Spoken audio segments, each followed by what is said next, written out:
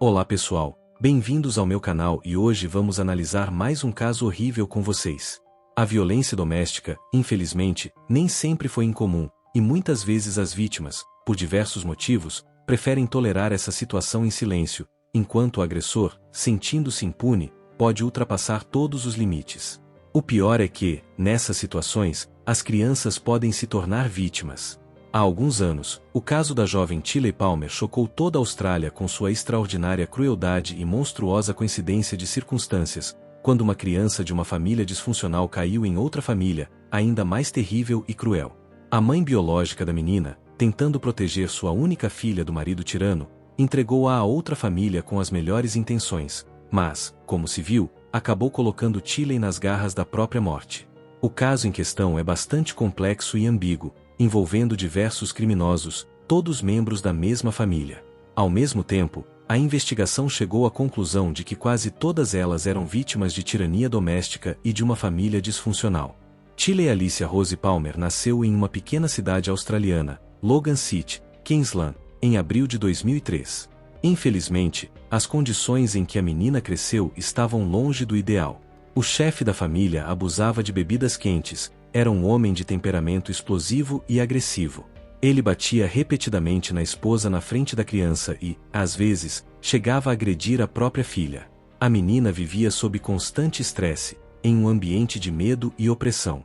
Não é de se admirar que, com o tempo, tenha começado a fugir de casa regularmente, para não ouvir os intermináveis escândalos dos pais e não cair nas garras do pai.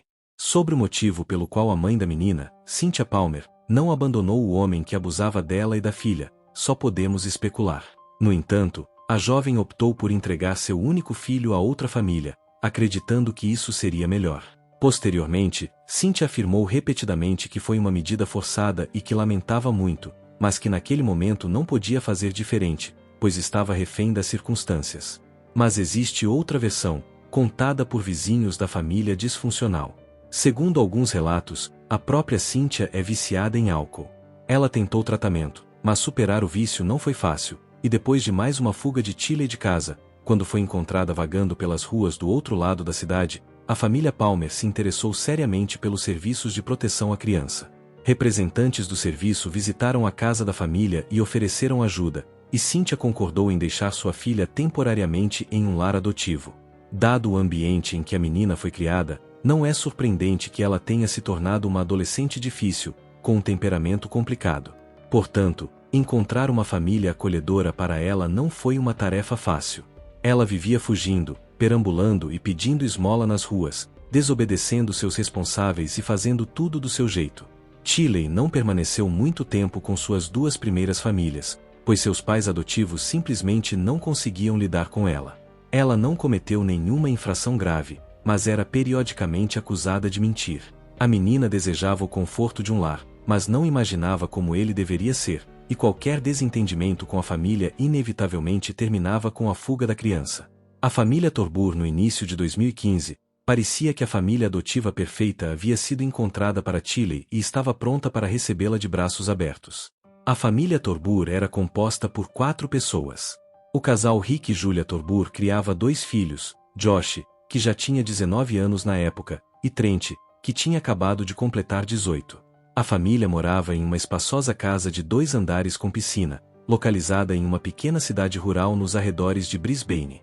Eles possuíam sua própria fazenda de cavalos, e Julia organizava um jardim de infância particular em casa, que era muito popular, e os pais da região confiavam seus filhos aos Torburnos de bom grado. A família era considerada abastada e próspera, bem conceituada em seu estado natal e confiável.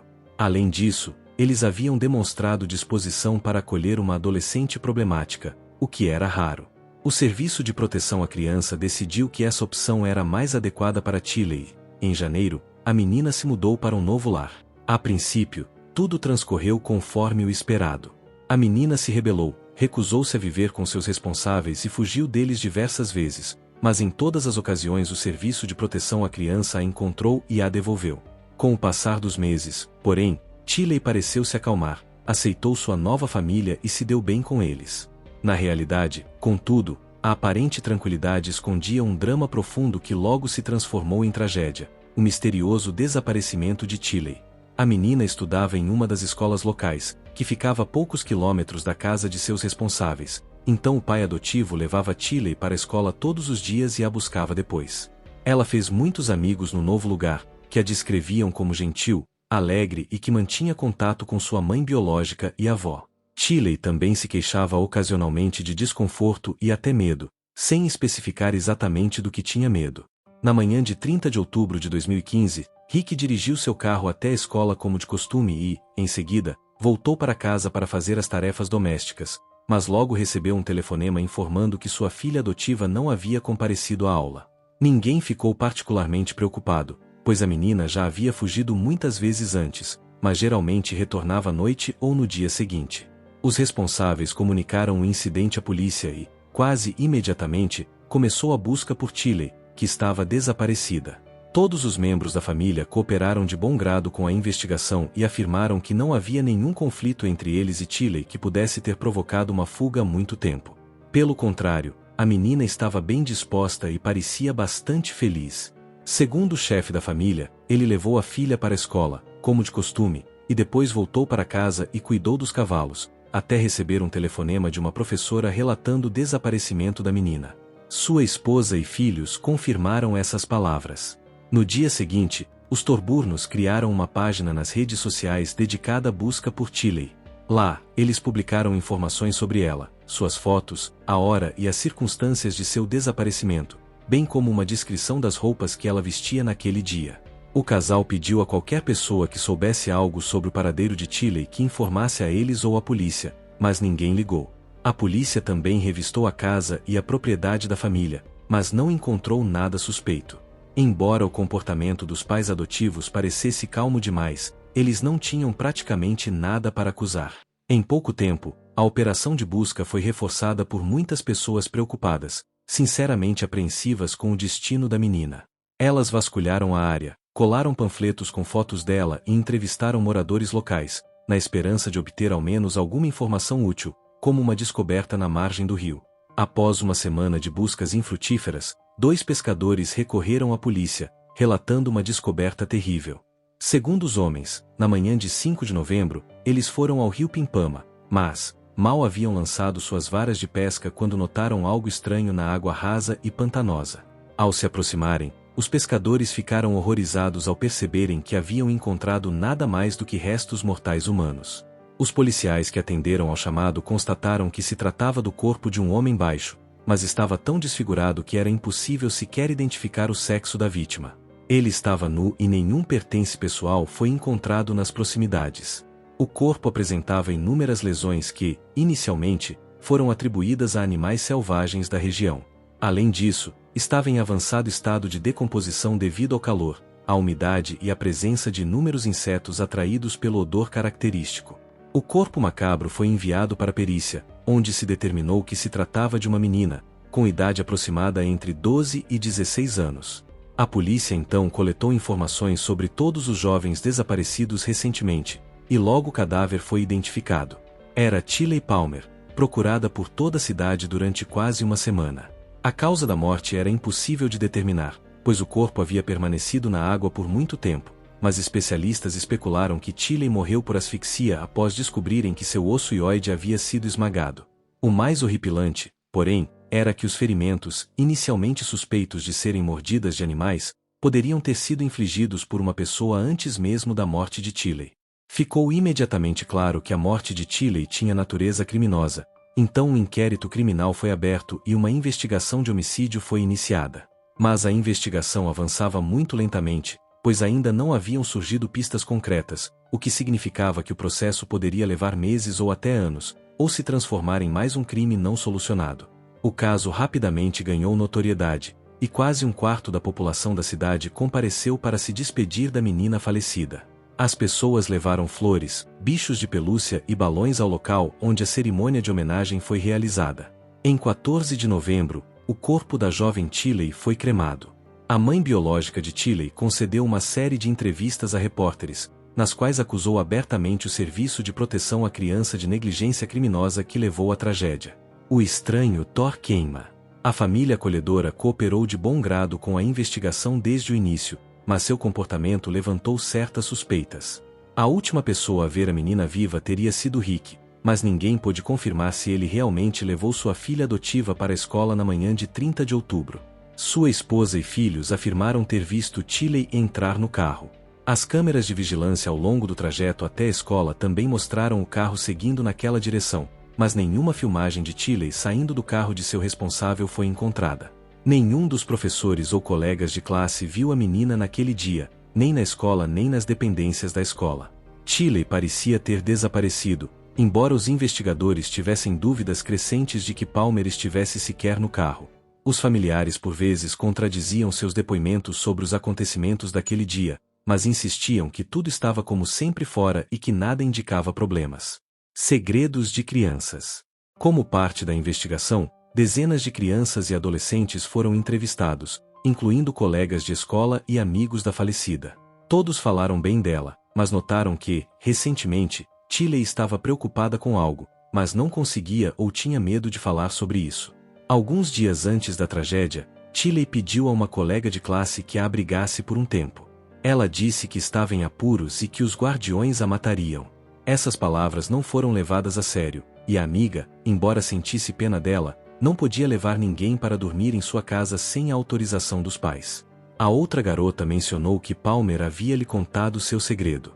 Ela era apaixonada pelo caçula dos irmãos Torbuhr, Trent, de 18 anos. Além disso, ela chegou a se gabar de que eles tinham um relacionamento romântico e que ficariam juntos no futuro. Essa última revelação soou bastante estranha, pois Tilly tinha apenas 12 anos, e um relacionamento com um irmão mais velho, mesmo que adotivo, parecia algo improvável, como uma fantasia infantil. Mesmo assim, a informação que ela recebeu era definitivamente algo que ela precisava verificar. Os membros da família Torbuhr negaram categoricamente qualquer suspeita. Chamaram a filha adotiva falecida de mentirosa que queria chamar a atenção para si mesma e sugeriram ainda que as amigas da escola das meninas poderiam ter inventado algo ou fantasiado. Não havia provas concretas para suspeitar que os responsáveis tivessem cometido um crime contra Tilly, então eles permaneceram em liberdade, continuando com suas atividades normais. O jardim de infância particular deles continuou a aceitar crianças. A fazenda prosperou e eles não precisaram lidar com a dor da perda. Durante vários meses, a investigação seguiu exatamente os mesmos passos. Moradores locais com antecedentes criminais foram interrogados, e aqueles anteriormente suspeitos de crimes foram verificados, mas a busca não apresentou resultados e nenhuma nova pista surgiu. Nem mesmo a alta recompensa anunciada por qualquer informação sobre o caso fez o processo avançar. Uma busca paralela foi realizada na área onde o corpo de Tilly foi encontrado e, um mês depois, sob uma camada de lodo, foram encontrados uma mochila e um sapato, que presumivelmente poderiam pertencer à falecida. Eles foram encontrados a 150 metros de onde o corpo estava. Obviamente, queriam se livrar desses objetos para que nunca fossem encontrados. Toda a história ganhou grande repercussão pública. Os resultados da busca e da investigação foram divulgados na televisão, publicados na imprensa, e os moradores da cidade organizaram protestos exigindo a localização e punição do assassino. Algumas manifestações foram organizadas pela mãe biológica da falecida, Tilly. Eventualmente, chegou-se ao ponto em que a polícia apelou a possíveis cúmplices do autor do crime, prometendo-lhes proteção e imunidade caso denunciassem o criminoso ou fornecessem qualquer informação substancial. Mas esse apelo também ficou sem resposta. Em 6 meses, nenhuma nova pista ou linha de investigação surgiu. Foi somente perto do verão de 2016 que a polícia recebeu uma ligação anônima que mudou o rumo da investigação. O denunciante anônimo disse que os Torburnos estavam procurando um adolescente problemático por um motivo específico. Eles eram motivados por interesses comerciais, já que a guarda de crianças com problemas comportamentais recebe uma ajuda de custo maior. A fonte anônima acrescentou ainda que o filho mais novo do casal provavelmente tinha um relacionamento íntimo com Tilly, algo que ele mesmo mencionou de passagem antes da tragédia. Claro, essa informação poderia ser mentira, mas os detetives se lembraram de já terem ouvido a teoria de que Tilly e seu irmão, cujo nome foi mencionado, poderiam ter tido um caso, vinda de um amigo de escola da vítima. Os investigadores decidiram não apenas examinar Trent mais de perto, mas analisá-lo minuciosamente. Os interrogatórios não deram em nada, pois o rapaz e seus familiares continuaram a insistir em sua inocência, alegando que a própria garota havia fugido e depois se metido em problemas. As páginas da família nas redes sociais foram discretamente verificadas, e uma das salas de bate-papo no perfil de Trent revelou uma correspondência curiosa. Cerca de um mês e meio antes da tragédia, ele escreveu para seu primo dizendo que havia tido um relacionamento íntimo com uma garota muito mais jovem que ele, mas não revelou o nome dela. É claro que o diálogo na rede social não poderia se tornar uma prova irrefutável, mas permitiu que a polícia obtivesse permissão para instalar dispositivos de escuta na casa dos Torbuhr, obviamente sem o conhecimento deles. Já nos primeiros dias, as escutas telefônicas produziram resultados chocantes. Nas gravações, era possível ouvir os membros da família elaborando suas versões dos fatos em detalhes, de modo que suas histórias coincidiam nos mínimos detalhes. O chefe da família ensinava aos seus criados o que dizer e como se comportar, e da boca da mãe saíam frases como: "Papai tomou essa decisão para nos salvar. Teremos que conviver com isso. Nunca, jamais conte ninguém, nem a nada, aconteça o que acontecer." Rick ameaçou seus familiares diversas vezes, e era óbvio que eles o temiam, pois sabiam que seu pai podia passar das palavras à ação a qualquer momento. Ainda não havia provas concretas suficientes, mas a autorização especial dos Torbuhr, que lhes permitia trabalhar com crianças, foi cancelada quase imediatamente, o que levou ao fechamento da creche particular. As escutas telefônicas logo confirmaram que o caçula dos irmãos realmente tivera um relacionamento íntimo com Tilly. Na verdade, isso aconteceu regularmente durante vários meses, e em outubro ele contou à mãe que Tilly estava apresentando sinais de gravidez. Se essa suspeita tivesse se confirmado, Trent teria ido direto para a cadeia por ter um caso com a jovem Tilly. Foi então que Julia contou tudo ao marido, e Rick decidiu resolver a situação por conta própria. No dia da tragédia, Julia e seus filhos foram para Brisbane de manhã cedo, supostamente a negócios. Isso serviria como álibi para eles, e Rick ficou em casa com a filha adotiva. Quando a mãe e os herdeiros voltaram para casa à noite, já se sabia que a menina estava desaparecida, e o chefe da família disse que havia resolvido o problema, sem dar detalhes. Com base nos registros obtidos, todos os membros da família decidiram prestar novos depoimentos, e a polícia também decidiu revistar o carro de Rick, no qual ele supostamente levou sua filha adotiva para a escola no dia do desaparecimento. Descobriu-se então que o carro havia sido vendido quase imediatamente após a tragédia. O veículo foi localizado e uma inspeção minuciosa revelou vestígios antigos de sangue desbotado no porta-malas. A análise de DNA revelou que o sangue pertencia à assassinada Tilly. Depois disso, as últimas dúvidas foram dissipadas e os Torburnos foram presos. Eles foram interrogados separadamente, e Trent foi o primeiro a falar. Descobriu-se que ele havia enganado Tilly para que ela o seduzisse, contando-lhe sobre seus sentimentos, prometendo que estariam sempre juntos, e Tilly, apaixonada por ele, acreditou e até se gabou para suas amigas na escola de que estava em um relacionamento sério. Mas quando ela começou a suspeitar da gravidez, percebeu que o pai adotivo poderia matá-la, literalmente, e começou a pedir aos colegas que a acolhessem, pelo menos por um tempo. Rick resistiu por mais tempo, mas sob pressão das evidências e dos depoimentos de seus familiares. Ele confessou ter matado sua filha adotiva, dizendo que estava apenas tentando proteger sua família. De fato, ele estrangulou Tilly e depois desfigurou seu corpo, na esperança de que ninguém o identificasse. A possibilidade de um teste de DNA, por algum motivo, Rick não considerou.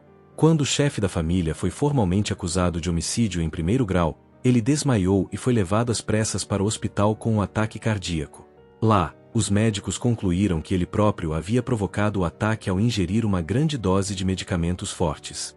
Eles lutaram por sua vida durante vários dias para que o autor do crime pudesse ser julgado e receber uma punição justa. A investigação e o julgamento foram acompanhados por todo o país, pois o caso de Tilly Palmer tornou-se um dos mais notórios e cruéis dos últimos 10 anos. Cada membro da família Torbuhr foi considerado culpado, mas suas sentenças foram consideradas por muitos como muito brandas. Por exemplo, o filho mais velho, Josh, foi condenado a apenas 3 meses de prisão por perjúrio e tentativa de obstrução da investigação. O tribunal levou em consideração seu sincero arrependimento e o fato de ele ter sido uma testemunha-chave contra seu pai e irmão mais novo no julgamento. Julia Torbuhr recebeu uma pena de 1 ano e meio de prisão por perjúrio e por acobertar o marido e o filho. No julgamento, ela admitiu que tinha muito medo do marido e acreditava que ele também poderia assassiná-la, juntamente com seus filhos. O mais novo dos irmãos foi condenado a 4 anos de prisão, pena considerada por muitos como branda demais pelos crimes de sedução de Tilley, perjúrio e obstrução da justiça. Na realidade, o jovem cumpriu pouco mais de 1 ano da pena, sendo libertado antes do término do período. O chefe da família, que tratou Tilley da maneira mais brutal, foi condenado à prisão perpétua. Ele próprio se declarou culpado de todas as acusações, afirmando estar profundamente arrependido do que havia feito. Rick repetia constantemente que agiu movido pelo desejo de proteger sua família, mas nem ele mesmo entendia como pôde cometer um crime tão grave. Após o veredicto final, a mãe biológica de Tilley deu uma entrevista na qual afirmou que nenhuma das punições para os assassinos de sua filha seria considerada severa o suficiente, mas o dia do veredicto marcou o fim de sua luta por justiça. Se você gostou deste caso, não se esqueça de curtir este vídeo, se inscrever para mais documentários sobre crimes reais e ativar o sininho de notificações para não perder nenhuma atualização. Muito obrigado por assistir e, como sempre, fiquem seguros, atentos e cuidem de si mesmos e das pessoas ao seu redor, porque às vezes as histórias mais assustadoras são as reais.